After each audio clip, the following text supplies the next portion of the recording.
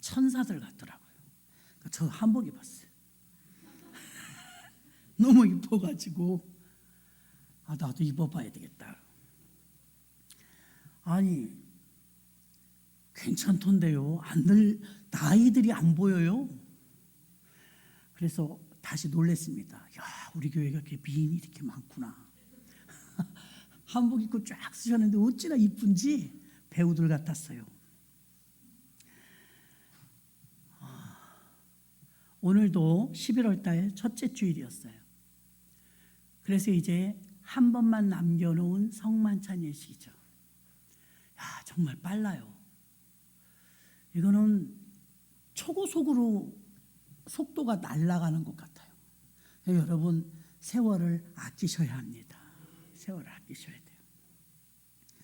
하나님의 목적과 우리 목적은 조금 달라요. 우리가 예수 믿는 목적은 구원받기 위해서 맞아요. 그래서 예수님은 우리가 예수 믿어야 되는 목적을요, 구원받는 것으로 한정짓지 않고요, 구원받은 이후에 무언가를 하기 원한다는 거예요.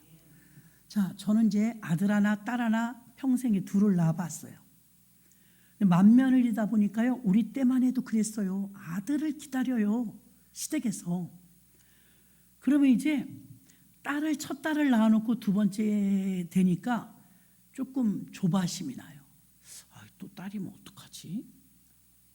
아들이었으면 좋겠지만 기도도 많이 못했어요. 근데 이제 분만실에서 들어가기 직전에 의사한테 이제 금방 나을 거니까 아들인지 딸인지 알려주세요. 요즘은 알려준다는데 옛날엔 약 올려요. 안 알려줘요. 그래서 알려달라니까 뭐라 그러냐면 조금 있으면 알아요, 이래요. 그럼 안 알려주는 거예요, 끝내. 그래가지고서 아들이라는 소리 듣는데 안 아프더라고요. 안 아프더라고. 기다리던 아들이 나오니까 안 아프더라고요. 근데 이렇게 아이가 태어났는데 저희 어머니는 밖에서 분만을 기다리고 있었대요. 남편은 없었어요. 동생 와 있고 그런데 밖에서 그 병원은 장미에 불이 반짝반짝 들어오면 딸 낳았다는 거예요. 그리고 이제 고추에 불이 딸랑딸랑 들어오면 아들 낳았다는 거예요. 그러니까 알려주지 않고 불로 그냥 알려주는 거, 불로. 전광판에 불이 깜빡깜빡 하는데 딱 고추에 들어온 거예요. 그러니까 밖에서도 좋았겠죠?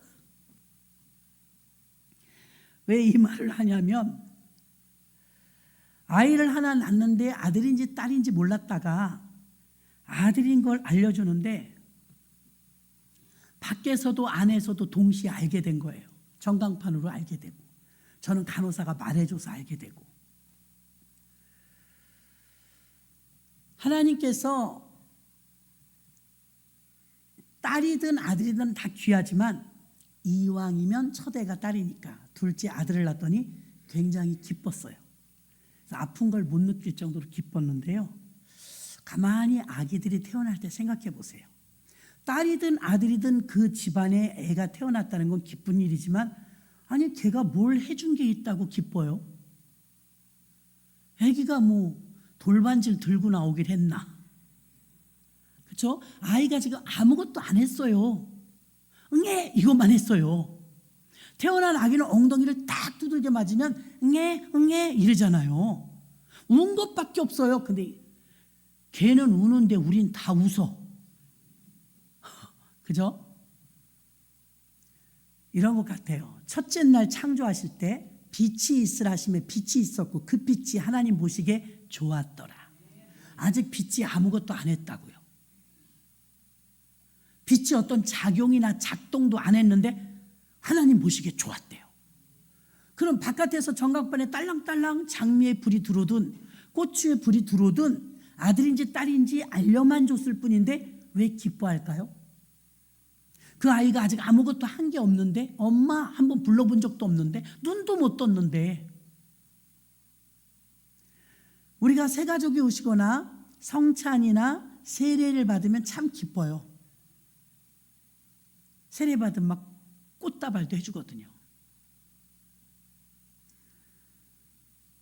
그런데 빛이 아직 아무 일도 안 했지만 빛이 무슨 일을 할 건지 생명의 빛이니까 그 빛이 비춰지는 곳마다 생명이 살아났거든요. 아기가 응애 했어요. 걔는 울은 것밖에 없어요. 근데 밖에 있는 어른들은 다 박수를 치면서 좋아했어요. 그 아이가 아직 아무것도 안 했는데 왜 좋아할까요? 왜 박수를 칠까요?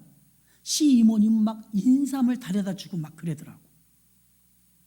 그래서 가만히 생각을 해보면요, 빛이 아직 아무 일도 안 했지만 빛이 할 일에 대한 기대, 아들이든 딸이든 이 아이가 아직 아무것도 하지 않았지만 이 아이가 성장하고 나서 어떤 일을 할 것에 대한 기대감이 박수를 치게 만드는 줄 믿습니다. 교회에서도요, 집사님을 세웁니다. 권사님을 세웁니다. 장로님을 세웁니다. 기쁩니다. 선물도 주고받습니다. 목사 임직을 받습니다. 더 그렇죠. 아직 아무것도 안 했는데. 이럴 때는요, 아무것도 하지 않았지만 그 직임과 사명을 받았을 때 그 사명과 직임을 감당할 것을 생각해서 미리 박수를 치는 겁니다. 여러분이 장로로 세워질 때, 집사로 세워질 때, 저처럼 목사로 기름 부음 받을 때 총회 차원에서도 기대하고 하나님도 기대해요. 오늘 내용은 사람이에요. 사람. 초대교회가 대단했지만 대단한 초대교회가 되기 위해선 대단한 사람들이 있었다는 거예요. 자, 우리가 구원받을 땐 솔직히 아무 조건 없어요. 못났든 잘났든 아까 낮에 안디옥 교회는 인종 차별을 초월한 교회라고 했잖아요. 근데 구원받는 데는 뭐 불구자가 됐든 장애인이 됐든 못생겼든 잘생겼든 외국인이든 아무 상관없고 조건 없어요, 사실은. 근데요, 교회에서 집사님 하나를 세워도요, 조건이 있어요. 사도행전 6장에 보면은요, 집사 7명, 안수 집사입니다. 집사 7명을 세우는데 얼마나 철저하게 검증하는지 몰라요. 첫째, 따라서 해보세요. 믿음이 충만한 사람. 둘째, 성령이 충만한 사람. 셋째, 믿음, 성령 충만. 또 뭐 있었죠? 예, 지혜 충만. 지혜가 충만한 사람. 그리고 마지막이 칭찬 듣는 사람. 몇 가지예요? 4가지의 조건이 있었어요. 여러분, 이 4가지를 겸비해야 내가 교회 다닐 수 있고 예수 믿는다면 우리 주저주저 할 거예요. 자신이 없으니까. 구원받는 데는 다 들어오게 했어요. 무상이에요. 묻지도 따지지도 않아요.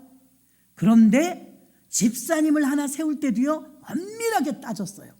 훈련된 사람을 썼단 말이에요. 여러분, 믿음이 충만한 것, 성령이 충만한 것, 지혜가 충만한 것, 칭찬 듣는 사람이 되는 것은요, 훈련을 거치지 않고는 안 돼요. 유치원을 보내놓으면 아기가 제일 먼저 뭘 배우면 안녕하세요 90도로 인사, 배꼽 인사하는 걸 배워와요. 집에서는 그걸 가르치지 않았거든요. 근데 유치원이나 어린이집을 보내놓으면 아이가 확 달라지는 게 뭐냐면 배꼽 인사를 해요. 이쁘죠? 그러면 그럼 가서 훈련 받는 거예요. 유치원 가서 훈련 배우는 거죠. 교회에서요, 일단 구원받을 땐 아무 조건 없이 다 들어와요. 어둠에서 다 빛으로 나온 거예요. 근데 여기다 집어넣고 하나님이 우리를 훈련하시는 거예요. 광야처럼. 광야에서 40년 훈련 받잖아요.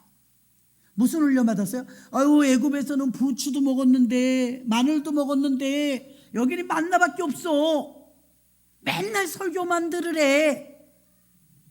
처음에 들었을 때는 꿀 섞은 과자 맛 같다고 극찬을 했어요.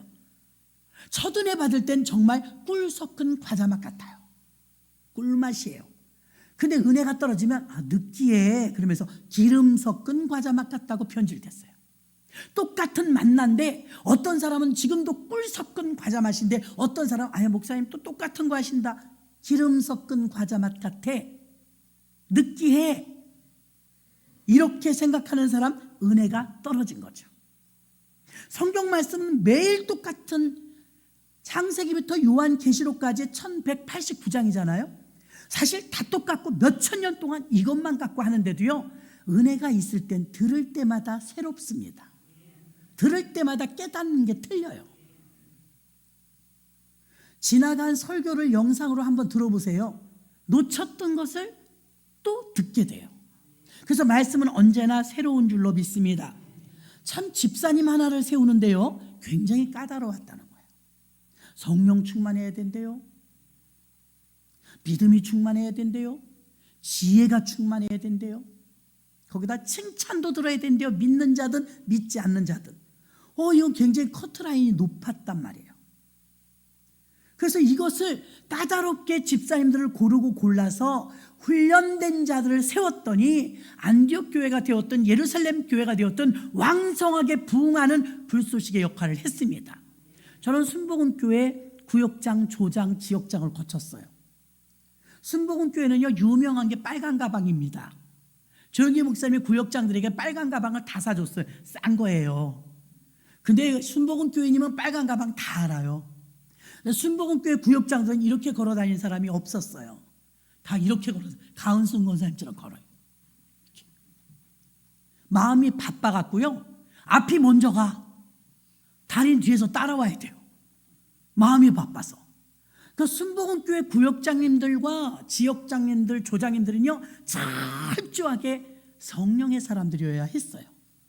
학벌은 그리 중요하지 않았어요. 얼마나 믿음의 사람이고, 얼마나 기도하는 사람이고, 얼마나 교회를 위해서 충성할 수 있는 사람들을 뽑아 세웠는데 적중했죠. 여의도 순복음교회가 단일교회에서 70만 명으로 성장할 수 있었던 원동력은 조영기 목사님도 훌륭하시지만 구역장님들의 노고였습니다. 부인할 수 없어요. 구역장님들이 불철주야. 자신들의 모든 삶을 다 2순위, 3순위로 하고 우선순위에 주의 일에 앞장섰던 충성된 구역장님들, 충성된 재직들이 있었기 때문에 세계 제1의 교회로 발돋움하는데 충분했는 줄로 믿습니다. 초대교회도 그랬다는 거예요. 믿음 충만하죠, 지혜 충만하죠, 성령 충만하죠, 칭찬 듣죠. 어디 가나 귀감이 될 만한 사람들, 그런 사람들 교회 요직에 세워놓고서 구제하는 일, 선교하는 일을 시키고 주의 종들이 많았죠. 이 초대교회도 12명의 제자들이 다 있었지 않습니까? 이들은 말씀 전하는 것과 기도하는 일에 전무했더라 그랬어요. 늘 말씀을 연구하면서, 말씀을 선포하면서, 기도하면서 이 일을 주업으로 삼고 7명의 세우신 안수 집사님들을 통해서 구제하는 일, 이런 교회의 소소한 일들, 집행하는 일들을 그들에게 맡겼더니 얼마나 훌륭하게 잘하는지 교회가 한층 더 부흥한 줄로 믿습니다. 오늘날 우리 교회만의 문제는 아니지만 오늘날 대한민국에 있는 수많은 교회들은요, 직분자는 넘쳐나는데 일꾼이 없어요.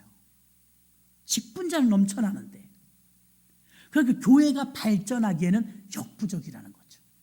온 구역장님들과 조장님들이 일어나 줬을 때 목사 혼자서 뛴다고 될 일이 아닙니다. 조영기 목사님도 너무나 훌륭하셨지만 그에 못지않은 일꾼들이 받쳐주고 있었던 것입니다. 로마서 16장 마지막 장에 가서 보면요, 사도 바울이 참, 제가 사도 바울 좋아합니다. 여러분도 좋아하겠지만 사도 바울은 인간의 정이면 인간의 정, 영적인 거면 영적인 거, 결격이 없어요. 왜 그러느냐? 거기 33명인가 34명의 이름이 쫙 나열돼요. 로마서 마지막 16장에서 베베 집사님은 어떻고 마리아 집사님은 어떻고 쭉 씁니다. 편지죠. 근데 어쩌면 그렇게 남자분이 세밀해요. 남자분인데 바울은 총각이잖아요. 근데 집사님 그때 고마웠어요. 브리스가와 아굴라, 우리가 교회가 이렇게 이제 순회 전도자였으니까 바울은 선교사님이었잖아요. 내가 한 곳에 정착하지 못하고 움직여 다닐 때마다 브리스가와 아굴라 부부는 이사하는 것을 주저하지 않고 즉시 집을 다 이사하면서 교회를 따라다녔다. 이거 다 기억하는 거예요. 고맙다고. 대부분요, 영적으로 충만하신 분들은요, 이 인간적으로 생각을 해버려 갖고 고맙다는 표현 안 합니다. 자기가 복 받으려고 하는 거지, 하나님 앞에 하는 거지, 나한테 하는 거야, 이렇게 말하는 분이 많아요. 그렇지 않아요. 교회가 24년 동안 커오는 동안 저는 고마운 분들이 너무 많아요. 바울의 이런 점은 저도 존경하는 부분이에요. 나가신 분 포함해서, 오신 분 포함해서 교회가 오늘날 이 자리에 서기까지 얼마나 많은 분들의 헌신과 기도가 있었는가를 목회자가 놓치면 안 된다는 거예요. 바울은 이걸 놓치지 않았어요. 순회 전도자였기 때문에 로마도 갔다가 데살로니가도 갔다 에베소도 갔다 이렇게 돌아다니면서 복음을 증거했거든요. 바울은 얼마나 많은 사람을 만났어요. 그중에 수제자와 같은 사람은 디모데도 있고 실라도 있고 많이 있죠. 바나바도 있고. 그런데 마지막에 자기가 이제 노인이 돼서 감옥에 있을 때 들고 다 곱씹어 보면서 지나간 날에 이 복음으로 연결되었던 모든 사람들에 대한 고마운 마음을 로마서 16장에서 이름까지 틀리지 않고 다 적으면서 고맙다는 표현을 합니다. 난 거기서 야, 이분은 정말 대단하다. 응? 자기의 부귀와 영화를 위해선 단 한 시간도 써본 적이 없어요. 24절의 말씀 한 번 더 볼까요? 나의 달려갈 길과 주 예수께 받은 사명. 이 사람은 사명에 미친 사람이에요. 곧 하나님의 은혜의 복음을 증거하는 일을 마치려 하면은 나의 생명을 조금 더 귀한 것으로 여기지 아니하노라. 멋지죠? 사명 때문에 달려간다는 거예요. 사명 때문에. 대부분 많은 사람들이 나는 돈 벌려고 살아요. 돈 벌려고 나는 일해요. 자기의 안위와 자기의 유익을 위해서 움직이는 사람이 많지만 예수 믿는 사람은 사명 때문에 살아야 될 줄로 믿습니다. 사명. 돈 왜 벌어요? 돈을 왜 버냐고요? 나도 쓰지만 주님의 영광을 위해서 버는 거예요. 주님의 영광을 위해서. 믿음 충만하고 성령 충만하고 지혜가 충만하다 칭찬 들었다. 그래서 빌립보서 3장 17절에 보니까 형제들아 너희는 함께 나를 본받으라. 바울이 나를 본받으래요. 또 우리로 본을 삼는 것 같이 그대로 행하는 자들을 길을 보이리라 라고 말했습니다. 여기서 나를 본받으라고 담대하게 말할 수 있는 건 쉽지 않죠. 자기가 완전하기 때문에 자기를 본받으라고 하는 것이 아니라 나도 실수가 있고 부족한 사람이지만 본받으라고 한 이유는 나는 예수님을 따르기로 작정했기 때문에 그 믿음을 가지고 힘쓰고 애쓰니까 그걸 본받으면 예수님이 원하시는 길을 간다 이 말입니다. 고린도전서 11장 1절에도 똑같이 말합니다. 내가 그리스도를 본받는 자 된 것 같이. 교만해서 날 본받으라 그런 게 아니에요. 내가 그리스도를 나는 모델이 그리스도야. 여러분도 나를 본받으세요. 왜? 내가 주님을 따라가니까 여러분이 나를 따라오면 같은 길을 가는 겁니다. 이 뜻이거든요. 그래서 내가 그리스도를 본받는 자 된 것 같이 너희는 나를 본받는 자 되라. 고린도전서 11장 1절에 말하고 있습니다. 바울이 얼마나 그리스도를 존귀하게 여기며 닮으려고 노력했는지를 보여주는 부분입니다.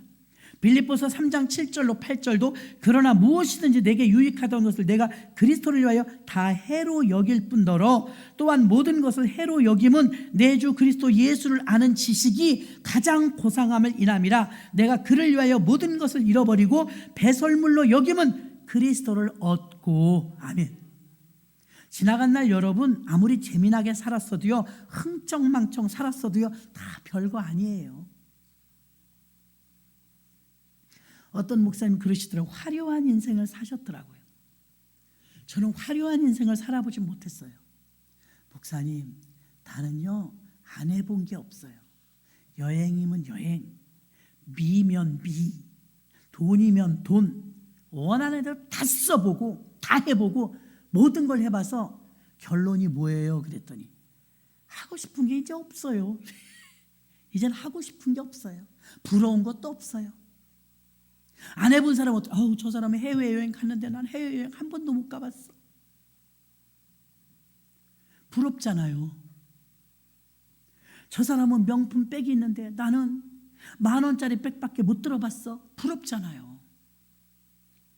저 사람은 자식이 많은데 나는 자식이 없어. 부럽잖아요. 그런데 자식 있는 사람한테 물어봐요. 무자식의 상팔자입니다. 그래. 가져보면 별거 아니라 이거예요. 갖기 전에는 그런 말을 하는데 가져보면 또 그것도 별거 아니라 이거예요. 돈도 마찬가지예요. 돈이 그래도 부족하니까 돈 하는 거죠. 돈에 쌓여 살면 어떨까요? 돈에 여러분이 막 쌓였다. 숨을 이렇게 나와서 쉬어야 돼. 돈이 많아서. 그러면 여러분 어떨 것 같아요? 목사님 소원이 없겠어요. 그럴 수도 있어요. 목사님 제발 돈이 목구멍까지 차갖고 내가 쌓을 것이 없으면 아이고 그러다 죽으면 원이 없겠어요. 그럴까요? 그 돈이 그렇게 많으면 정말 만족할까요? 여러분 결론을 말씀드릴게요.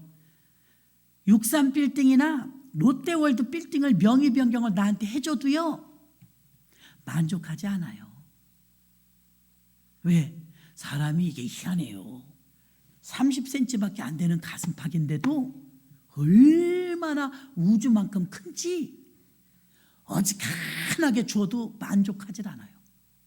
그래서 99칸이 집을 뒀더니 한 칸 있는 사람 자꾸 쳐다보더래. 아니 99칸이 있으면 9명은 나눠줘도 되겠네요. 그런데 한 칸 있는 사람을 자꾸 쳐다봐서 왜 쳐다보니까 저것만 있으면 100개인데 이런데 100개가 채우고 싶은 거예요. 또 그러니까 욕심이 끝이 있다 없다? 없다. 욕심은 끝이 없다. 낮에 그랬잖아요. 전하면서도 저도 은혜가 되는데 아픈 걸 못 느끼는 건 정상이 아니라고. 문둥이가 못이 박혔는데 아픈 걸 못 느꼈다고 했잖아요. 그게 정상이에요? 비정상이지. 지금 여러분들이 살아있다는 증거는요. 나는 목구멍까지 돈 좀 여기 채웠으면 좋겠어요. 돈 냄새 지독합니다. 손 씻어야 돼요. 돈이 많다면 그것도 또 별거 아니에요. 지금 부족하다고 느끼니까 그러죠. 많으면 또 별로 할 거 없어요. 사람이 마음이 작은 것 같은데도요 하나님이 우주를 우리 안에 넣어줬기 때문에 빌딩을 줘도 채워지지 않아요. 그런데 다윗은 그 옛날 사람 다윗은 이걸 알았어요. 그래서 여호와는 나의 목자시니 내게 부족함이 없으리로다.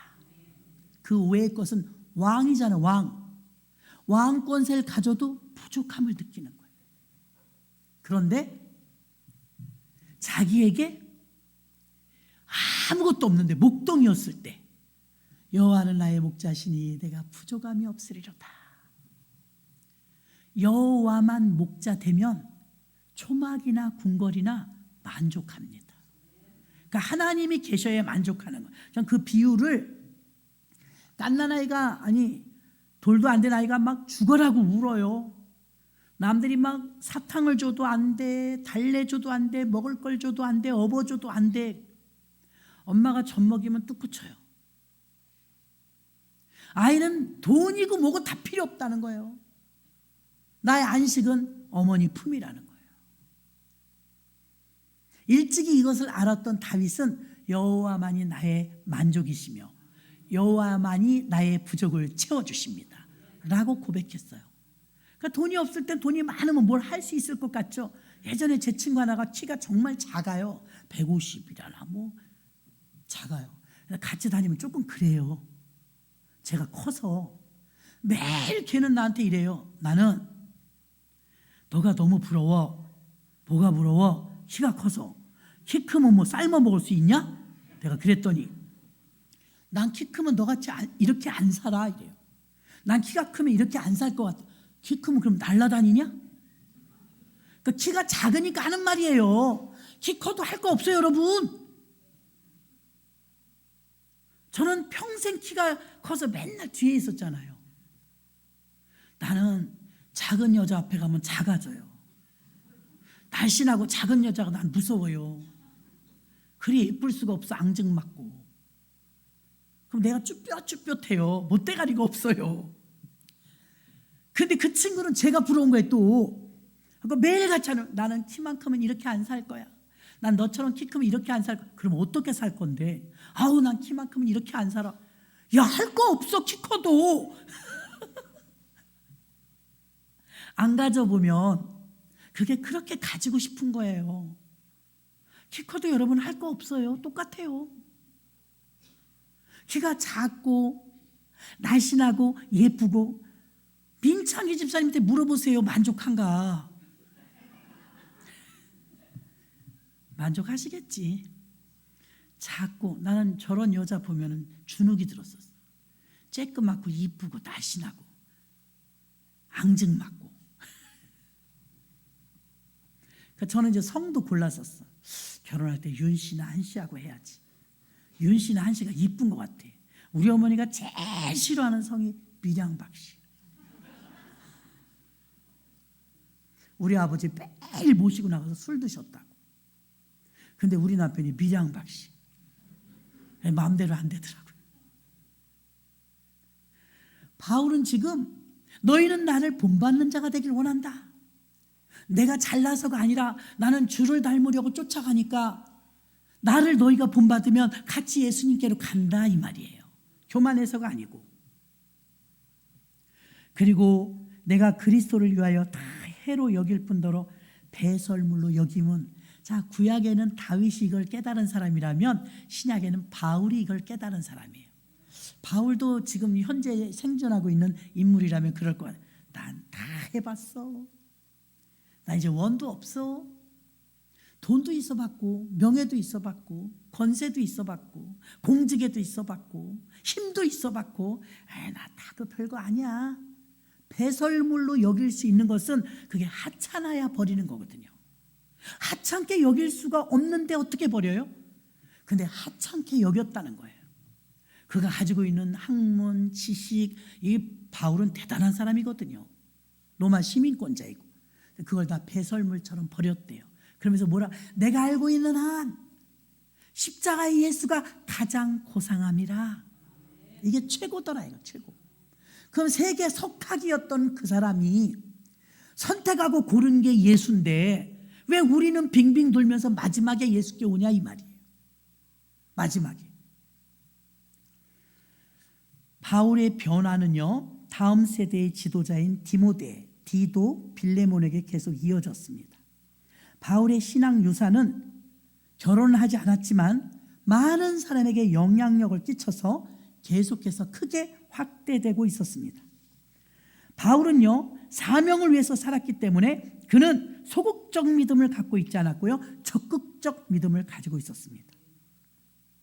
사명자로서의 삶을 사는 것을 기쁘게 여겼습니다.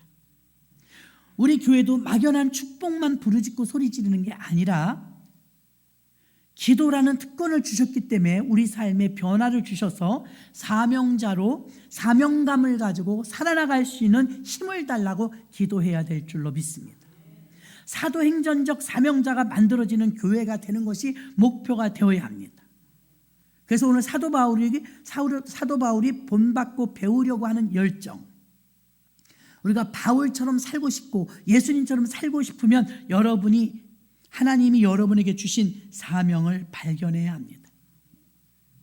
고린도전서 9장 17절, 내가 내 임의로 이것을 행하면 상을 얻으려니와 임의로 아니한다 할지라도 나는 직분을 맡았노라. 자기는 아직 모르겠다 이거예요. 그런데도 내가 이 일을 왜 해야 되느냐? 나는 직분이 있다.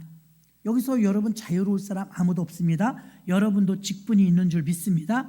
내가 이것을 상을 얻으려고 하고 내가 사명이 있기 때문에 이 일을 한다. 24절에 내가 달려갈 길과 주 예수께 받은 사명, 곧 하나님의 은혜의 복음을, 그 사명이 뭐냐면 복음 증거하는 일이라 이거예요. 이 일을 마치려 하면은 이 일이 나의 생명도 조금도 귀한 것으로 여기지 않고 생명을 바쳐서 할 마지막 하나의 일. 자, 선교사님들 훈련센터 가면 이런 말을 많이 해요. 임이스마엘 선교사님은 우리 교회 오셔서 여러분도 들으셨을 거예요. 아들이 어린 나이에 선교사로 나가 있어요. 근데 한국에 있으면서 굉장히 아픈 적이 있었대요. 그래서 아들이 국제 전화가 왔는데, 아들아, 아빠가 지금 몹시 아파. 많이 힘들단다. 그럼 이제 기도해달라는 소리잖아요. 아들이 선교사니까. 아들 하는 말, 아빠 빨리 비행기 타세요. 왜? 그냥 자연사 할 수 없어요. 순교해야죠. 얼른 나오세요. 그러더랍니다. 외국 가서 죽으면 순교인데 한국에 어영부영 있다 죽으면 자연사라 이거예요. 자연사. 인간적으로는 섭섭하지만 영적으로는 자식 잘 컸네 생각이 들지 않겠습니까? 그러니까 이 선교센터에 훈련받는 사람들은요, 여러분 어차피 한 번 죽어요. 나이 들어서 골골 아프다 죽지 말고 나가서 복음을 위해서 선교하다 죽으십시오 막 이래요. 맞는 말이에요. 어차피 한 번은 죽어요. 나이가 차서 명을 다해서 그렇게 죽는 날을 기다리지 말고 주를 위해서 살다 가라 이 말이에요. 사도 바울도 베드로도요 AD 63년경에 순교들을 하죠. 그 당시에는 평균 연령이 60대 중반쯤이었어요. 우리나라도 옛날에 그러지 않았나요? 저희 아버지가 회갑을 지내니까요, 그때 저는 우리 아버지 회갑 때요 거의 다 사셨다 생각이 들었었어요. 제가 회갑이 지나니까요 아직 멀었어요. 이상하더라고요. 70도 지금은 얼마나 짱짱하셔요 여러분. 지난주에 한복 입은 거 봐요. 시집 가는 줄 알았다니까요. 몽골 같은 데는요 평균 연령이 60대에 지금도. 그래서 제가 거 갔을 때 그 전도사님 바이갈 전도사님한테 대학원을 해라, 그래갖고 후임자가 되도록 이렇게 좀 준비를 해라 했더니 목사님이 늙어서 안 된대. 그 몇 살이니까 59세래 59세가 늙었어요. 그랬더니 거기 이제 선교사님이 목사님 우리나라로 따지면 75세가 넘은 거예요. 그래요? 75세 넘은 사람이 무슨 학교를 가겠어요? 그러는 거예요. 우리나라는 젊잖아요. 생활 수준이 있으니까 그 거친 막 바람을 맞고 사니까 억셔가지고요 날씨는 또 얼마나 좋아요. 지금요 거기 살벌합니다. 영하 30도 40도. 못 모르고 갔다 제가 도착한 날 영하 29도, 다음날 32도인데 아침에 잠자리에서 나와갖고 화장실 가려고, 화장실도 꼭 밖에 있어요. 문을 탁 열고 하는데 깜짝 놀랐어요. 제가 아무도 없는데 저 혼자 나가다 저 혼자 놀랬다니까. 왜 놀랬냐? 바람이 코를 통해서 여기 들어왔는데 벌써 여기가 차, 여기 너무 차. 어우 막 놀랬다니까요. 어우 살벌하네 살벌해. 추워도 보통 추운 게 아니에요. 살을 애는 것 같아요. 그 숨을 마음대로 못 쉬어요. 뭔가 막고 쉬어야지. 너무 차가워서 걸러서 들어가야 돼요. 겨울이 8개월이에요. 아이고 4달만 숨 쉴 수가 있어요. 그러니까 야채라고는 하나도 없어요. 고기 육류만 섭취하니까요 금방 늙더라고요. 그래서 60세만 되면 돌아가시는 거예요. 그래서 우리 차를 운전해 주시던 분이 난 되게 할아버지인 줄 알았어요. 56세래. 아, 존댓말 꼬박꼬박 했잖아요. 70쯤 되신 줄 알고. 그러니까 틀린 거예요. 지금 우리가 생각하는 나이와 지금 사도 바울과 베드로가 살던 시대도 60 넘으면 이제 갈 때가 된 거예요. 특별한 어떤 사람들이나 80, 90 살지, 그때는 평균적으로 65세 정도면 다 소천하셨단 말이에요. 근데 참 희한한 게 있어요. 베드로랑 바울이랑 사도 요한 외에는 모든 제자가 순교했거든요. 하나님 잘 믿었는데 하나님은 기어 이렇게 순교하게 하셨네, 너무 아프지 않은가 이렇게 생각했는데 아니요. 63세, 64세예요. 하나님 나라에 가면 최고의 빛나는 면류관과 상급이 1등이 뭐라고 그랬어요? 순교자. 하나님은 그걸 주고 싶은 거예요. 순교자의 상을. 근데 죽을 때쯤 됐을 때 순교하게 하는 거예요. 베드로도 바울도 늙어서 갔다니까요. 어차피 죽어요.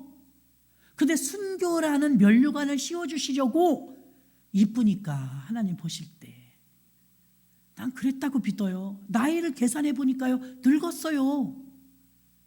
그냥 놔둬도 죽어요 좀 있으면. 근데 하나님은 베드로와 그 사도들과 바울을 사랑하셨죠. 나를 위해서 목숨 바친 자들 아니에요? 그러니까 최고의 상을 주고 싶지 않겠어요?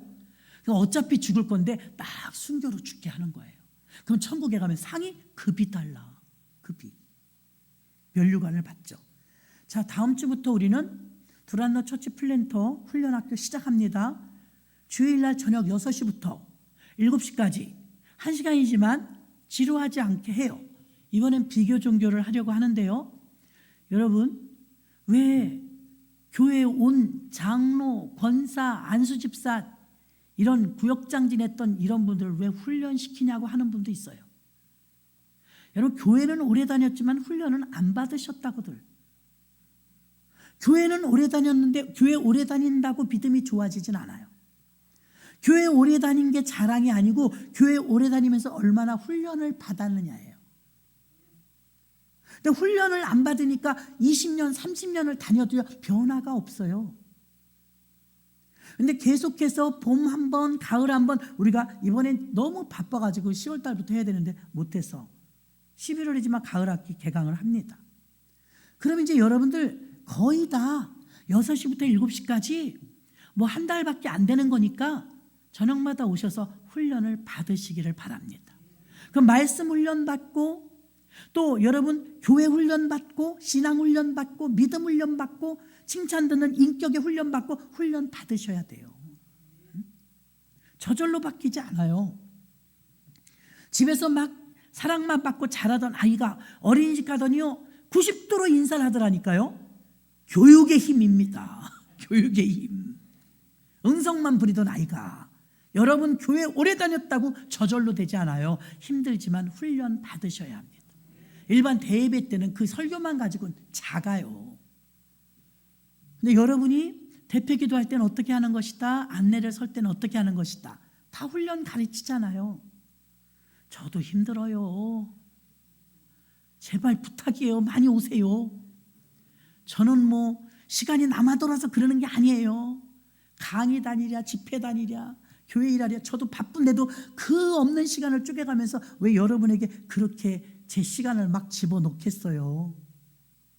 다 여러분이 잘 훈련받아서 성령 충만한 사람, 믿음 충만한 사람, 지혜 충만한 사람, 칭찬 듣는 사람 되어서 교회를 교회되게 만드는 그 처치 플랜터가 되게 하기 위해서 훈련시키는 거예요. 목사님이 뭔데 뭐 하사관도 아닌데 왜 나를 훈련시킵니까? 민석이가 훈련시키면 몰라도. 민석이가요 해병대를 갔는데요 쫄자가 갔는데 자기보다 선임들 높은 사람들을 데려다 놓고요 태권도 가르치라 하더래요. 그래서 어떻게 했냐니까 저도 쫄았지요. 선임들 세워놓고 하니까 너무 어렵더라고요. 태권도 가르치라는데 그래도 태권도 가르쳐야지. 처음엔 힘들었는데요 이제는 잘 가르쳐요. 쟤는 연평도에 있잖아요. 곧 끝나요.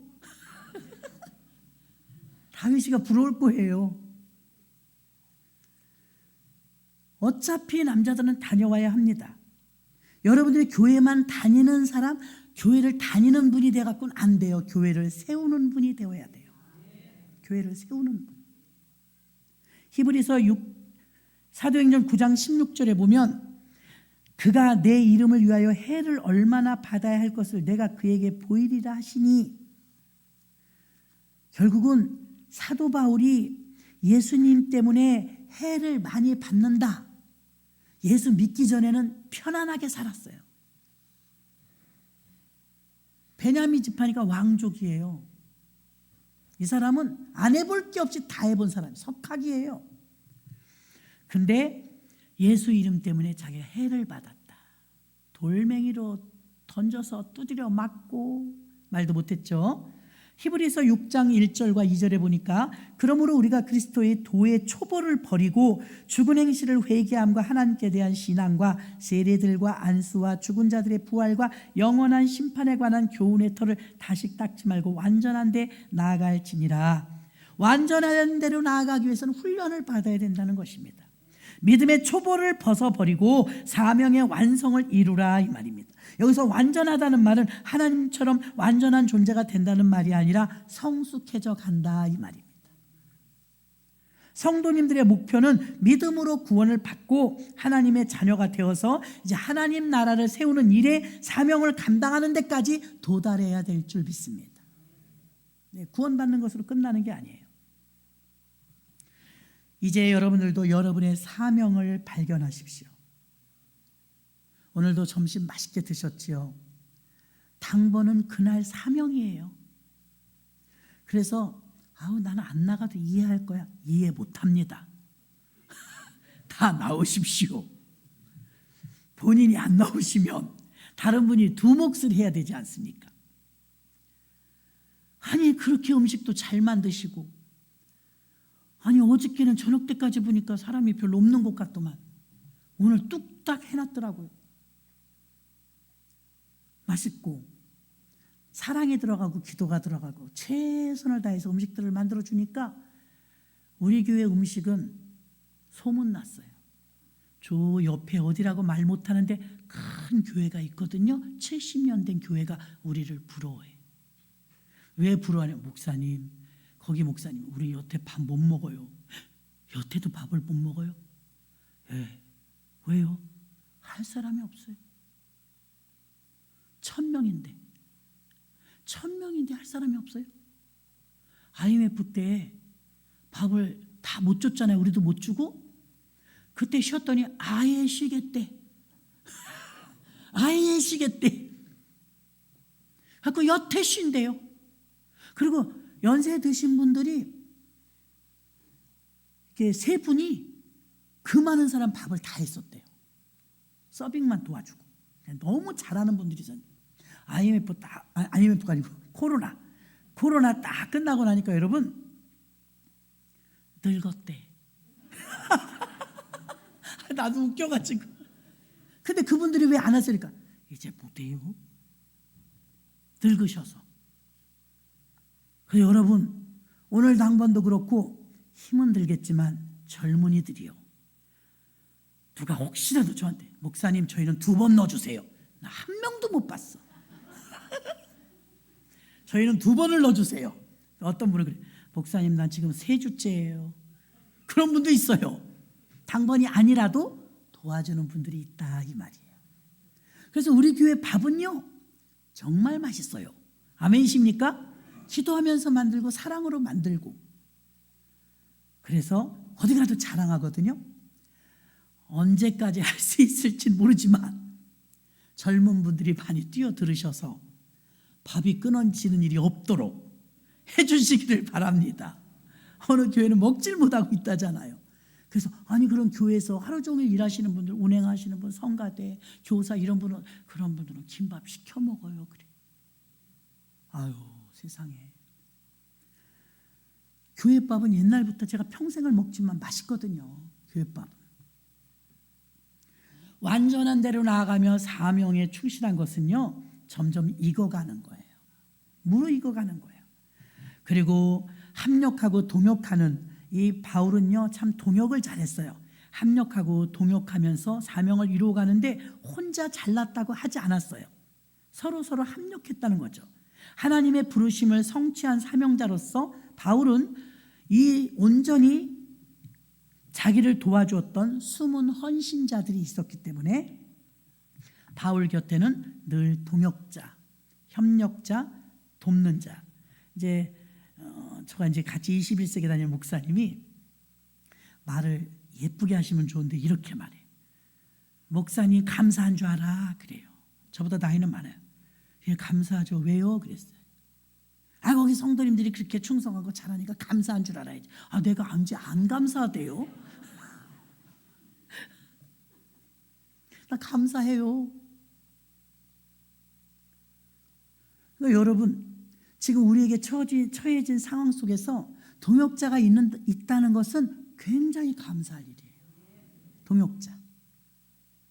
교회를 세우고 섬기는 일에 있어서 바울은 자신의 동료들, 멍에를 같이 한 자들, 예수를 위해서 함께 갇힌 자들, 자신의 자유는 좀 포기하더라도 주님의 일에 우선순위를 가진 자들이 동역자가 있었기 때문에 가능한 줄로 믿습니다.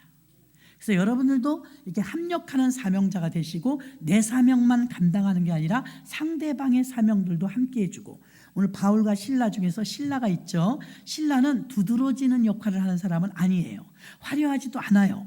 그러나 항상 반드시 있어야 될 그 자리에 있었습니다. 실라는 바울의 동역자로서 예루살렘 교회 공의회 때 결정된 사항을 안디옥 교회에 전달하기 위해서 바울과 동행합니다.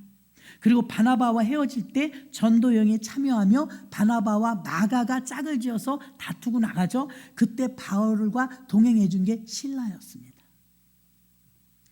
빌립보에서 바울과 함께 전도했고요. 고린도에서도 다시 복음을 전파했고요. 실라는 바울의 도움이 필요할 때마다 늘 옆에서 도와주던 동역자였습니다. 바울이 더 유명하니까 실라는 눈에 띄지도 않았어요. 그런데도 언제나 누가나 실라는 디모데는 바울 곁에 조력자였습니다. 모세에게 아론과 훌이 있다면 바울에게는 디모데와 브리스가 하고 많아요. 바울에게는요. 동역자가. 실라는 앞장서서 가기보다는 말없이 뒤에서 성실하게 충성하는 본받을 만한 사람이었습니다. 비록 바울과 같은 영적 카리스마는 없었지만 그는 성실하게 사명을 감당하는 바울과 함께 예루살렘 교회를 도왔던 장점이 많은 지도자였습니다. 바울의 2차 전도 여행의 선택을 받을 정도로 뛰어난 동역자로서 명성 있는 성도 중에 한 사람이었고, 실라는 바울을 도왔을 뿐만이 아니라 디모데와도 협력을 잘해서 교회가 세워지는 일에 자신의 몸을 바쳤던 사람입니다. 성실한 협력자 실라의 모습을 통해서 오늘날 성도들의 삶이 교회 지도자들에게 유익을 끼치며 교회에 큰 힘이 되어야 함을 배우고, 실라와 디모데와 바나바와 같은, 또 베드로의 친동생이었던 안드레, 사실은 우리는 베드로가 수제자니까 베드로가 더 유명해요.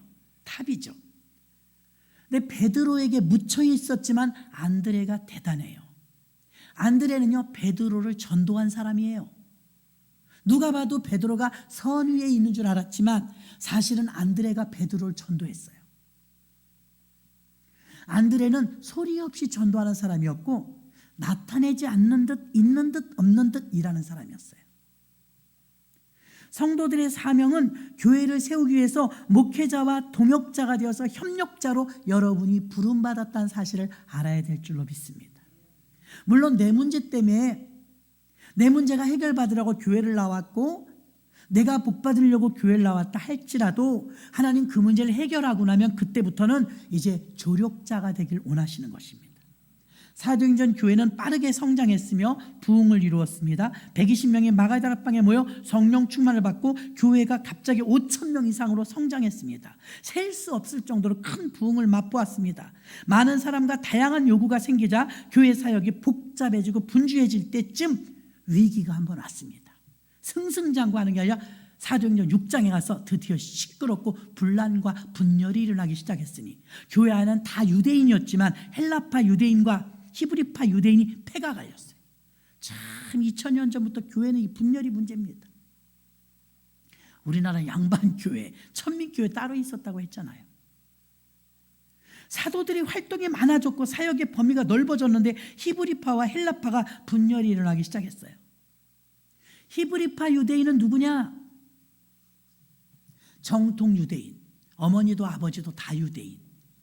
헬라파 유대인은 누구냐? 한쪽은 헬라인, 반만 유대인. 그럼 누가 뭐라고 안 해도요, 괜히 위축돼 갖고 헬라파 유대인들이 왜 우리는 구제를 조금 주는 거야? 히브리파 유대인들은 더 많이 주는 것 같아. 그러진 않았는데도 그렇게 느꼈던 거예요. 그때 기도합니다, 사도들이. 근데 신의 한 수가 있었어요. 그것이 무엇이냐? 7명의 집사를 모두 헬라파에서 뽑았어요. 또 못 들으신 분도 있는 것 같아.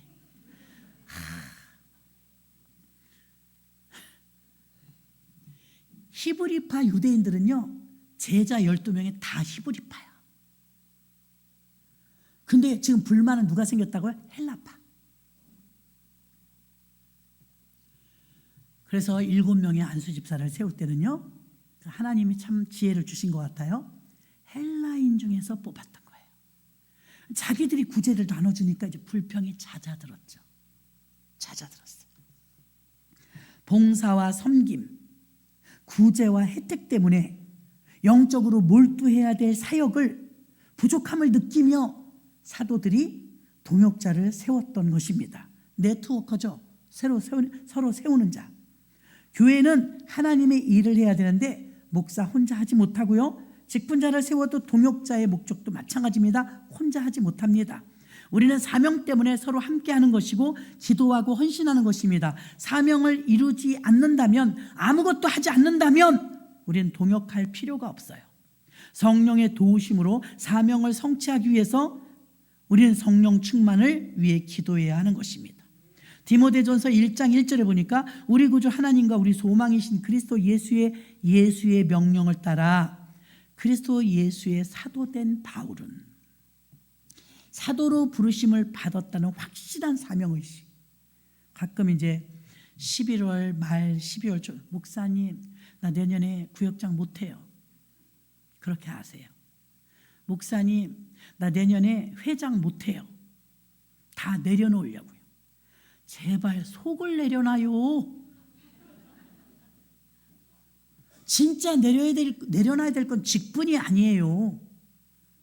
어떤 직임을 내려놓는 것을 여러분들은 내려놨다고 생각하는데 교만과 고집과 아집과 자존심과 감정을 내려놔야지 왜 자꾸 직분을 내려놔요?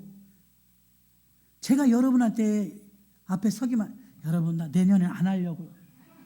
너무 힘들어. 그래서 내년에 이제 못하겠어요.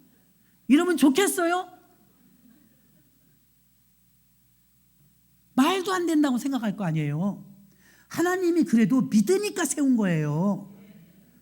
감당할 만하니까 세운 거예요. 그럼 더 잘 감당하려고 그런 말을 해야지. 제가 올해는 좀 미흡했습니다. 내년에는 좀 더 기도하면서 잘 감당하겠습니다. 이러면 우리 목회자들이 주여 아멘 그럴 텐데 들리는 소리가 어때요? 목사님 내년엔 내려놓으려고요. 저 내년에 회장 못해요.